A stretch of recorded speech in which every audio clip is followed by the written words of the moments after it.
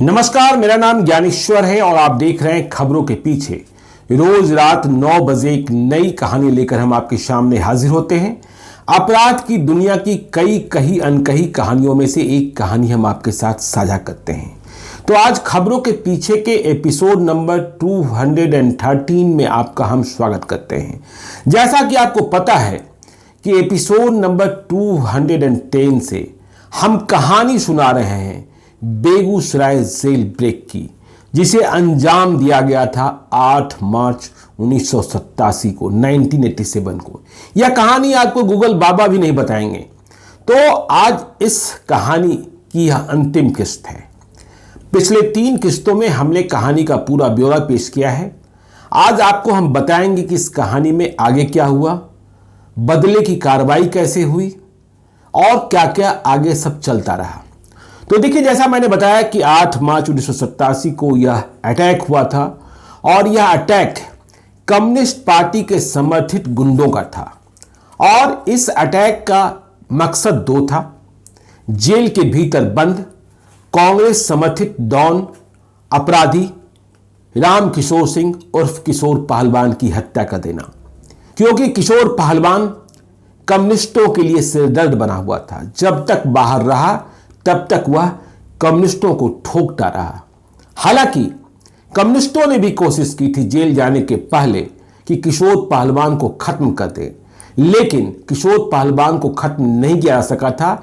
बदले में नुकसान पहुंचाने को किशोर पहलवान के पिता की, जिनका नाम झरूला सिंह था, उनकी हत्या कर दी गई थी। इसके बाद तो किशोर पहलवान और भी ज्यादा आक्रामक हो गया था। किशोर पहलवान के साथ अशोक राय भी हो गया था, जिसे अशोक सम्राट कहा जाता था, बाद में कहा जाने लगा था। तो हमने आपको बताया कि पहला मकसद था किशोर पहलवान की हत्या, दूसरा मकसद था बेगूसराय जेल के भीतर बंद उन प्रमुख कैदियों को जो कम्युनिस्ट पार्टी समर्थित थे, उन्हें भगा कर ले जाना। तो भगा कर ले भी जाए गए, जिनके नाम थे बलराम साव सिंघमा, मनोज मिश्र मोहनपुर, राजेंद्र सिंह सिमरिया, दिलीप कुमार वासुदेवपुर, किशोरी सिंह हाथीदा, गोरेलाल सिंह हाथीदक, टुनटुन सिंह का नाम तो आपने सुना ही होगा। तो ये सारी कहानी जो हुई और जो एक्यूज थे जिन्होंने अटैक को अंजाम दिया था, उनमें चंदेश्वरी सिंह बिहत सबसे प्रमुख थे। हरिराम सिंह, दिग्विजय सिंह, राम विजय सिंह सभी मटिहानी के रहने वाले थे। मनोज सिंह पोखरिया का, रंजीत सिंह सफापुर का, मुन्नीलाल सिंह बार का, अशोक सिंह सिंघमा का। तो इसके बाद पुलिस की कार्रवाई चलती रही, पुलिस दावे करती रही और भाषणबाजी ही अधिक हुई। जो ये हमलावर थे किशोर पहलवान की हत्या और जेल से अभियुक्तों को छुड़ाने के बाद दूर जा चुके थे और कोई पकड़ में नहीं आ रहा था। हालांकि पूरे बिहार में बवाल मचा था, बिहार विधानसभा में बवाल मचा था। कांग्रेस के विधायक भोला सिंह कह रहे थे कि युद्ध की स्थिति है। एसपी कह रहे थे कि जो हाल है 18 महीने में बेगूसराय में कोई युवा नहीं बचेगा। लेकिन भाग तो गए, पुलिस कुछ नहीं कर पाई। तो पुलिस ने, जो कहते हैं लाठी पीटना, पुलिस ने उस ट्रेकर चालक को गिरफ्तार करने का दावा किया, जो ट्रेकर चालक इन हमलावरों को लेकर जेल पहुंचा था 8 मार्च 1987 की सुबह। और दावा यह किया गया कि ये जो ट्रेकर चालक है जिसकी पहचान हुई, उसका नाम शंभू झा था। तो ट्रेकर चालक का जो कन्फेशन हुआ, जो स्वीकारोक्ति बयान हुआ, वह और भी चौंकाने वाला था। इस ट्रेकर चालक ने यह कह दिया पुलिस के सामने, जो पुलिस ने कहा कि ये जो हमला है, इस हमले में जेल के जेलर की भी सांठगांठ है। देखिए, आपको हमने पहले के एपिसोड में बताया है कि हमले के 3 दिनों पहले से जेलर छुट्टी पर गए हुए थे और यह शंभू झा जो पुलिस के सामने बयान दे रहा था, ट्रेकर चालक, उसने कहा कि इस हमले में मददगार बनने को जेलर ने 25,000 रुपए लिए थे। तो इस बयान के बाद शंभू झा की गिरफ्तारी तो हुई ही, लेकिन इसके साथ ही जेलर को भी गिरफ्तार कर लिया गया। पर इस मामले में थोड़ा परिवर्तन तब आया और बवाल तब और ज्यादा हो गया जब जेलर की गिरफ्तारी के बाद 21 मार्च 1987 को इस शंभू झा ने, जो ट्रेकर चालक गिरफ्तार हुआ था, उसने चीफ जुडिशियल मजिस्ट्रेट के सामने जाकर यह बयान कर दिया कि मुझसे पुलिस ने जबरिया करवाया है। तो बात और बिगड़ गई। अभियुक्त कोई पकड़ा नहीं जा रहा था और उधर कांग्रेसी बौखलाए हुए थे। लेकिन सवाल पहला यह हो रहा था कि जवाब कौन देगा। देखिए, किशोर पहलवान के मारे जाने के बाद अशोक राय भी डर गया था, जो बाद में अशोक सम्राट बना। अशोक राय और किशोर पहलवान ने मिलकर उमेश सिंह की हत्या, सीपीआई के कार्यकर्ता की हत्या दुलारपुर के पास की थी। लेकिन अब जब किशोर पहलवान को मार दिया गया तो अशोक सम्राट, जो अशोक राय ही था, वह भी भूमिगत हो गया, क्योंकि उसका दुश्मन तो पहले से ही रामविलास चौधरी उर्फ मुखिया कम्युनिस्टों की गोद में जाकर बैठ गया था। और रामविलास चौधरी उर्फ मुखिया ने इतना परेशान कर रखा था कि बेगूसराय में जीना मुहाल हो गया था अशोक राय उर्फ अशोक सम्राट का। तो अशोक सम्राट को लगा कि अब तो मेरी ही बारी है, इसलिए वह अधिक दूरी पर चला गया। मुजफ्फरपुर में जाकर उसने शरण ले ली। लेकिन ऐसा भी नहीं हुआ कि जो किशोर पहलवान के हत्यारे थे उन्हें ये तलाशते नहीं रहे। तो जो हत्यारे थे वे तो मिले नहीं। लेकिन आपको हमने बताया था पिछले एपिसोड में कि देखिए, बेगूसराय के तत्कालीन जिलाधिकारी अफजल अमानुल्लाह और एसपी राजवर्धन शर्मा ने प्रेस कॉन्फ्रेंस कर कहा था कि इस अटैक के कॉन्स्पिरेटर सीपीआई के एक्स एमपी सूर्य नारायण सिंह, जिला मंत्री रामेश्वर सिंह, अधिवक्ता चंद्रभूषण शर्मा उर्फ चंद्रभूषण सिंह और पत्रकार राजेंद्र राजन हैं, जो बाद में विधायक भी बने। तो डीएमएसपी के प्रेस कॉन्फ्रेंस के बाद ये सारे लोग कांग्रेस समर्थित जो अपराधी थे उनके निशाने पर आ गए। जो असली हमलावर थे वे मिल नहीं रहे थे। तो सूर्य नारायण सिंह इतने बड़े थे कि उन्हें सिक्योरिटी मिल गई, एक्स एमपी थे, लेकिन बाकी लोगों के सामने जिंदगी पर खतरा नाचने लगा। तो अब ये जो कांग्रेसी थे जिन्हें बदला लेना था, उन्होंने सॉफ्ट टारगेट चुना। सॉफ्ट टारगेट किसे चुना? तो सॉफ्ट टारगेट चुना चंद्रभूषण शर्मा उर्फ चंद्रभूषण सिंह को, जो पेशे से लॉयर थे। ये मूल रूप से भगवानपुर थाना क्षेत्र के पासोपुर गांव के रहने वाले थे। रोज कोर्ट जाते थे। तो बेगूसराय जेल ब्रेक के ठीक एक महीने बाद 8 अप्रैल 1987 को ये सुबह सुबह रोज की दिनचर्या की तरह कोर्ट गए थे। पान खाने की आदत थी। 11 बजे दिन के करीब ये कोर्ट कैंपस से बाहर निकले। पान खाना था। कचहरी चौक पर पहुंचे थे पान खाने को। दुकान तय थी और ऐसा लगता है था भी, हुआ भी ऐसा ही होगा कि जो हमलावर थे उन्होंने पहले से रैकी कर रखी थी। तो उनको पता था कि ये अदालत आते हैं फिर बाहर पान खाने को निकलते हैं। तो कचहरी चौक के पास ही हमलावर पहले से जमा थे।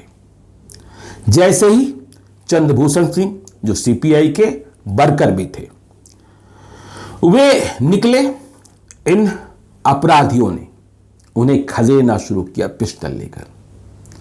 चंद्रभूषण सिंह भी पहचान गए थे कि आज ये सभी हमें मारने के लिए ही आए हैं। तो वे भागने लगे। और भागते कहां? तो उन्हें लगा कि हम चीफ जुडिशियल मजिस्ट्रेट, मुख्य न्यायिक दंडाधिकारी का आवास सबसे करीब था, उसके भीतर घुस जाएंगे तो हम बच जाएंगे। चीफ जुडिशियल मजिस्ट्रेट की कोठी में घुसकर हत्या कौन करेगा? लेकिन ये हत्यारे तो पागल थे, इन्हें बदला लेना था।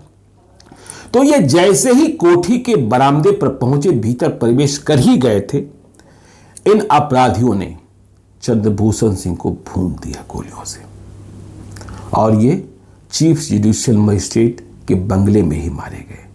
आप समझ सकते हैं कि बेगूसराय जेल ब्रेक के बाद अब कोर्ट कैंपस में सीजेएम के बंगले पर हत्या हुई थी, बदला लिया गया था। क्या माहौल रहा होगा। जो ये कह रहे थे बेगूसराय के डिस्ट्रिक्ट मजिस्ट्रेट 8 मार्च 1987 को कि बेगूसराय में इस कांड के बाद, चूंकि यह कांड जो है राजनीतिक दुश्मनी, सीपीआई वर्सेस कांग्रेस, इसके परिणाम में और हत्याएं होनी हैं तो हत्या हो भी गई। चंद्रभूषण सिंह मारे गए। बेगूसराय की स्थिति पर कांग्रेस के विधायक भोला सिंह फिर से बोले ये जो वारदात है वह बेगूसराय जिला प्रशासन के लिए कलंक है, चुल्लू भर पानी में डूब जाना चाहिए।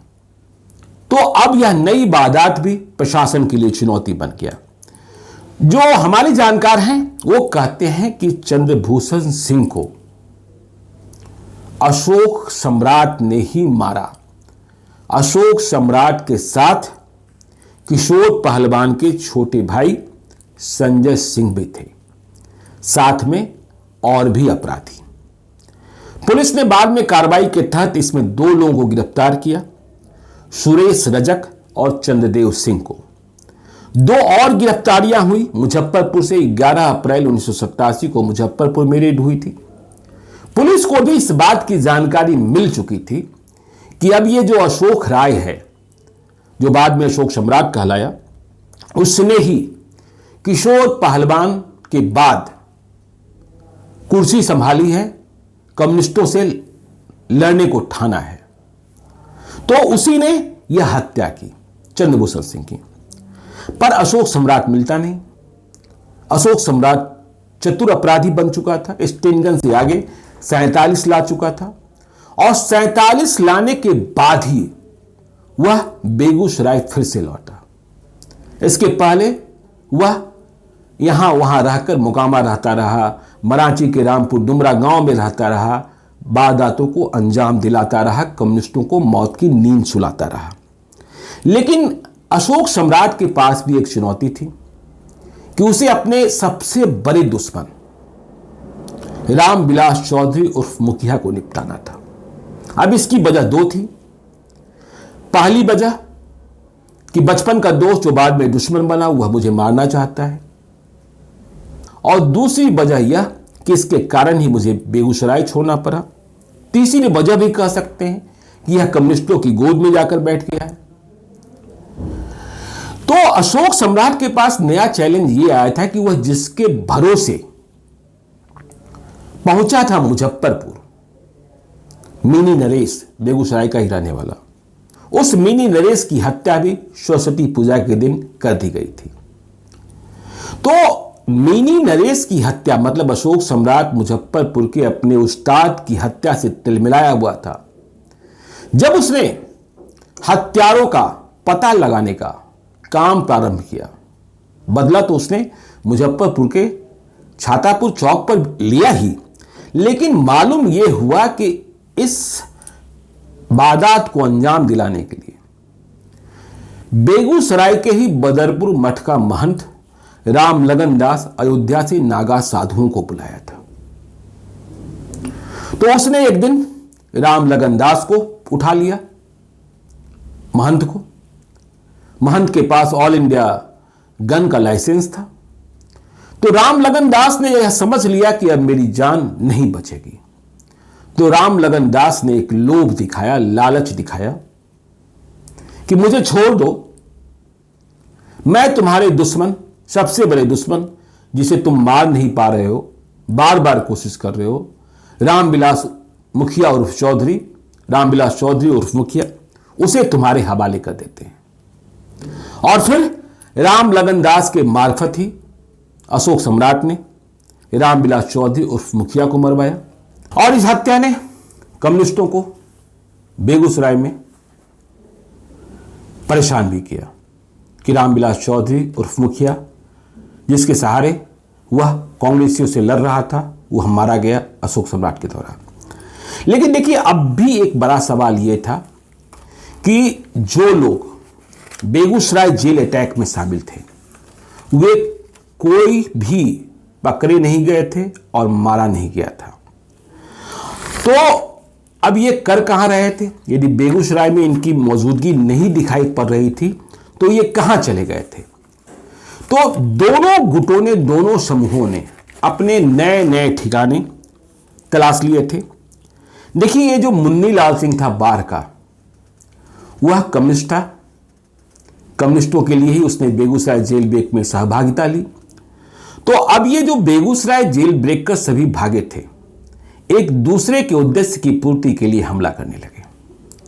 मुनीलाल सिंह ने बारहवें दिलीप सिंह के सबसे बड़े भाई की हत्या कर दी थी, जो ब्लॉक प्रमुख हुआ करते थे इसी जेल ब्रेक के बाद। और फिर 12 जून 1987 को मुनीलाल सिंह और फिर उसके कम्युनिस्ट साथियों ने बार कोट कैंपस में दिलीप सिंह की हत्या के लिए फिर से प्रयास किया था।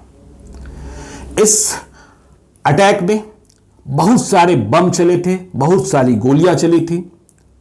दिलीप सिंह बच गए थे, लेकिन उनके भाई सच्चिदानंद सिंह उर्फ फाजो सिंह, उन्हें बम लगा था, घायल हुए थे और दिलीप सिंह के 2 लोग भी मारे गए थे।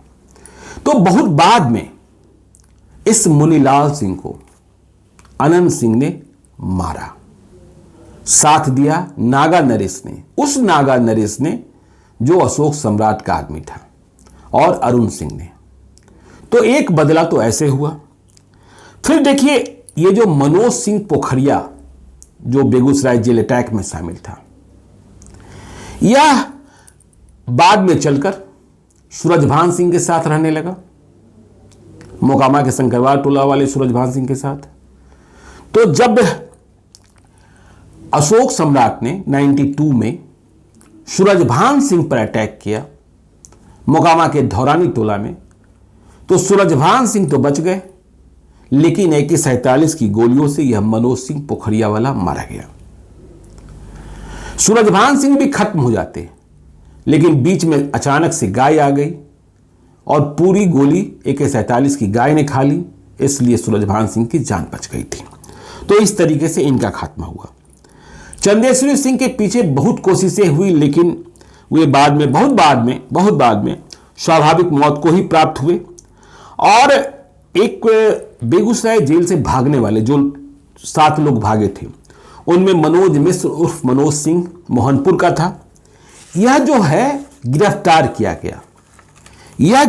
किया गया 28 जुलाई 1991 को मराठी थाना के रामपुर डुमरा में।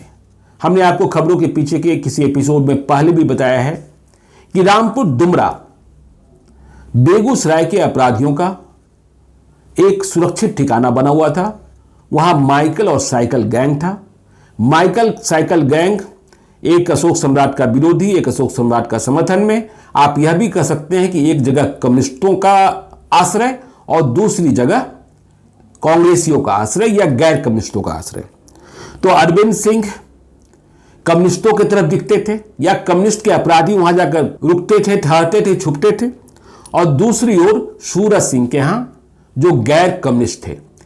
इन्हीं सूरज सिंह के यहां बिहार में पहली बार AK-56 की बरामदगी हुई थी, और यह AK-56 भी एक अशोक सम्राट का ही था, जिसे सीनियर सूरज सिंह और नागा नरेश के साथ जब्त कर गिरफ्तार किया गया था।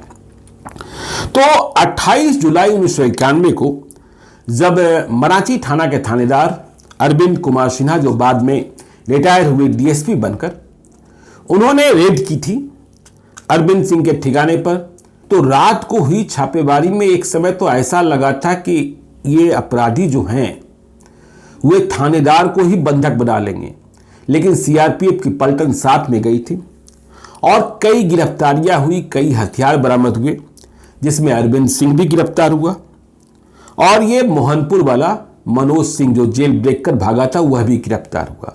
माइकल साइकिल गैंग की लड़ाई ऐसी लड़ाई थी रामपुर डुमरा में कि इसमें एक राम भरोसा सिंह था, जिसने कत्ल करने के बाद जिसका कत्ल किया था उसका खून लोगों के सामने पी लिया था। तो बेगूसराय जेल ब्रेक, अशोक सम्राट, ये सारी कहानियां आपस में जुड़ती है। और फिर जब अशोक सम्राट ताव में आया और इधर से भी जवाबी कार्रवाई हुई, तो फिर स्थिति सुधरी, दोनों तरफ से खूनी लड़ाई बंद हुई। तो ये कहानी थी बेगूसराय जेल ब्रेक की। मुझे लगता है कि मैंने सब कुछ बताने की कोशिश की है, लेकिन यह भी सच है कि सब हमें ही पता नहीं होता है। और फिर यह घटना तो 1987 की है, जब हम क्राइम रिपोर्टिंग में आए भी नहीं थे। हमने तो दर्शकों की डिमांड पर शोध कर हमारी रिसर्च टीम ने जो बताया वह हमने आपको बताने की कोशिश की है। बहुत सारे तथ्य छूट गए होंगे, यह भी संभव है। तो जब कभी कोई नई जानकारी मिलेगी तो हम आपके साथ साझा करेंगे। आप देखते रहिए खबरों के पीछे को। यदि अब तक आपने हमारे YouTube चैनल खबरों के पीछे को सब्सक्राइब नहीं किया है तो जरूर कर लीजिएगा, और यदि इस वीडियो को आप फेसबुक पेज के माध्यम से देख रहे हैं तो पेज को लाइक कीजिएगा। एक और अनुरोध कि यदि आप मुझसे कोई कहानी सुनना चाहते हैं, कोई कहानी बताना चाहते हैं, कोई भूल सुधार चाहते हैं या सीधे तौर पर संपर्क करना चाहते हैं तो आप हमें gyaneshwarlive@gmail.com पर मेल कर सकते हैं। संक्षिप्त में जानकारी लिखें, अपना नंबर भी लिखकर भेजिए, जरूरत होने पर हम आपसे संपर्क करेंगे। तो आज दीजिए इजाजत, मिलते हैं कल रात 9 बजे एक नई कहानी के साथ। बहुत बहुत धन्यवाद।